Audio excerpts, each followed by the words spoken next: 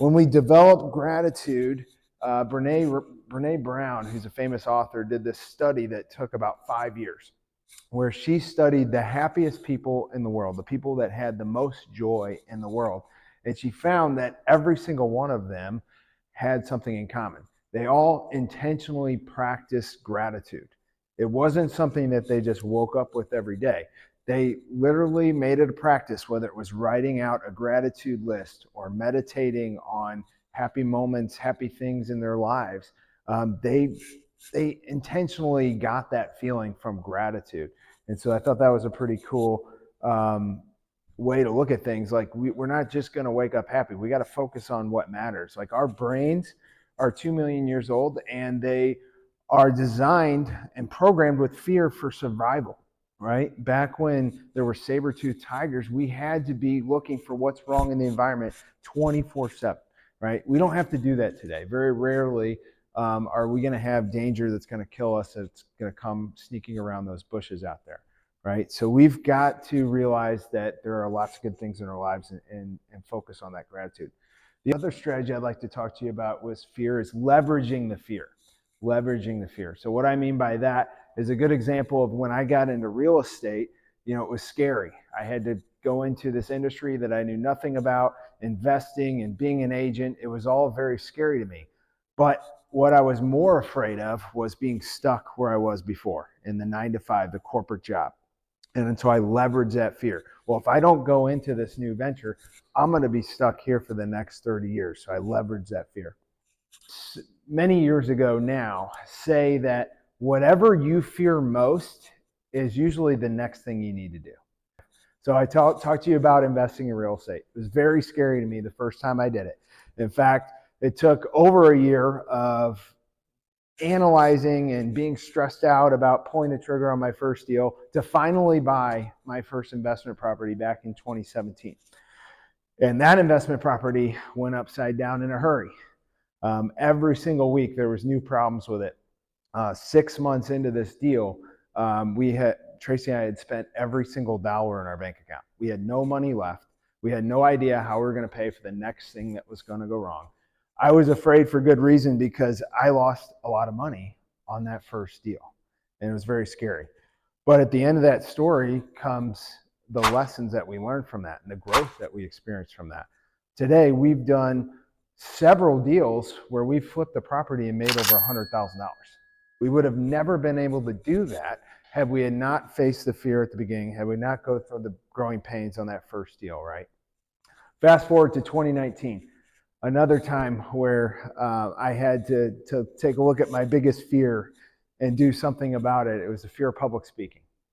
And many of you guys don't know this about me, but public speaking was my number one fear my entire life. Like this was worse than death. And it's like that for many people, right? And in fact, in college, there was a public speaking class that I had to take to graduate. I ended up staying an extra summer semester just so I could take the class with fewer people in the room. Like that's how bad it was. In my corporate job, we were on, they didn't even have Zoom calls back then. They had just regular conference calls. I was nervous as heck on those conference calls. In fact, I had to take medication before getting on conference calls with my bosses and their bosses and all these higher ups that would be so intimidating that I'd have to talk or present on a certain subject. I say all this to say in 2019, an opportunity presented itself where I had to decide whether I was going to speak in front of a room. And what had happened was this organization called Big Brothers Big Sisters was coming to my office. And I happened to be a big brother at the time. My little brother was 17 years old, and we had been paired together for a few years, and we just did fun things every month. We spent a couple hours playing sports or going to the bowling alley and going swimming, playing basketball, all kinds of fun stuff like that. And that would help these kids at this organization called Big Brothers Big Sisters who needed a mentorship, who needed a role model.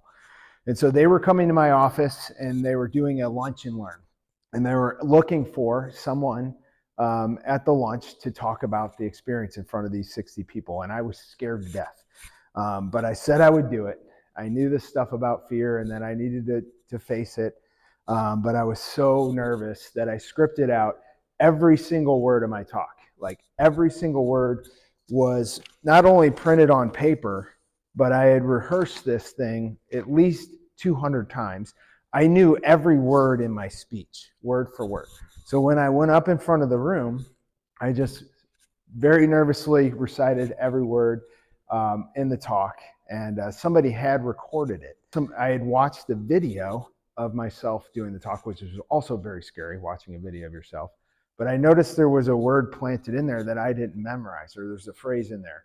And it was specifically at the climax of the talk when I was talking about how my little brother had lost his mother. And for 3 years, he was on the waiting list at Big Brothers Big Sisters, waiting for a mentor to show up.